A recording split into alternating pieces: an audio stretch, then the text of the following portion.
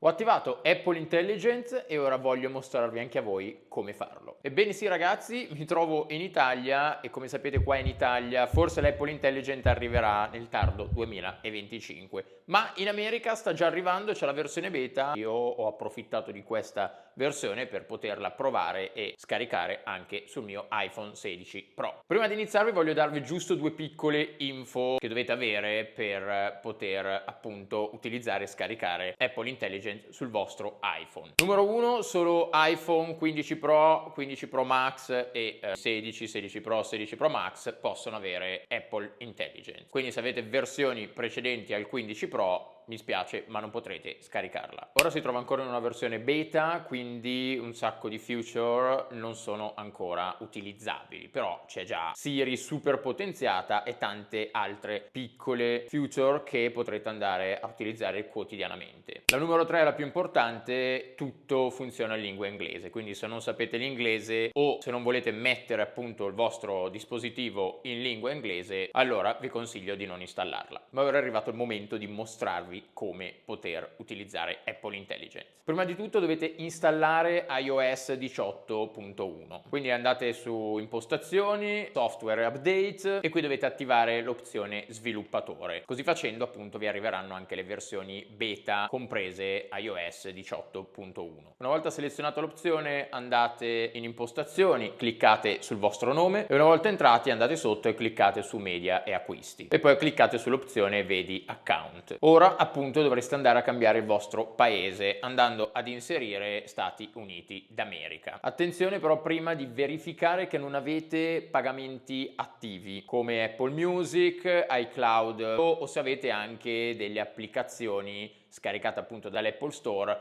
nella quale ogni mese andate ad effettuare pagamenti. Se avete dei pagamenti collegati in automatico non potrete andare a cambiare ovviamente il vostro paese perché le vostre carte sono collegate al vostro nome e al vostro paese. Io per questo ho dovuto scollegare iCloud, quindi con i relativi salvataggi di backup e delle foto. Appunto qui dovrete andare ad inserire un indirizzo americano come sto facendo io da video. Molto semplice, potrete andare a copiare la stessa strada, lo stesso indirizzo, lo stesso numero o semplicemente modificarlo. Guardate bene perché questo che io ho inserito è uno dei primi numeri del CAP di New York. Ovviamente se andrete a mettere un'altra città dovrete andare a informarvi su quale sia il CAP di quella città. Una volta fatto potrete andare a cliccare su avanti e vi verrà appunto cambiata la Apple ID Country. Ora dovrete andare a cambiare anche nei settaggi la lingua ovviamente del vostro iPhone. Nella ricerca in alto andate a cercare regione e linguaggio. Cambiate sempre la regione ovviamente in Stati Uniti d'America e cambiate la lingua dell'iPhone in inglese. Ovviamente dovrete mettere inglese Stati Uniti d'America. Poi dovrete cambiare anche la lingua di Siri sempre in americano. E una volta fatto questo è arrivato il momento della verità. Andate appunto sulla nuova icona Apple Intelligent Siri. Vi troverete in una lista d'attesa, a volte ci può mettere qualche minuto, altre volte ci può mettere anche più di un'ora per essere attivata, ma nel momento in cui verrà attivata riceverete una notifica. Ora settate Apple Intelligent, seguite le istruzioni e finalmente ce l'avrete attiva da poter testare ed utilizzare. Ragazzoli, spero che questo video vi sia stato utile. Ovviamente io l'ho attivata e settata per poterla testare, per poterla toccare con mano. Ho appena acquistato anche iPhone 16 Pro, quindi volevo appunto provarla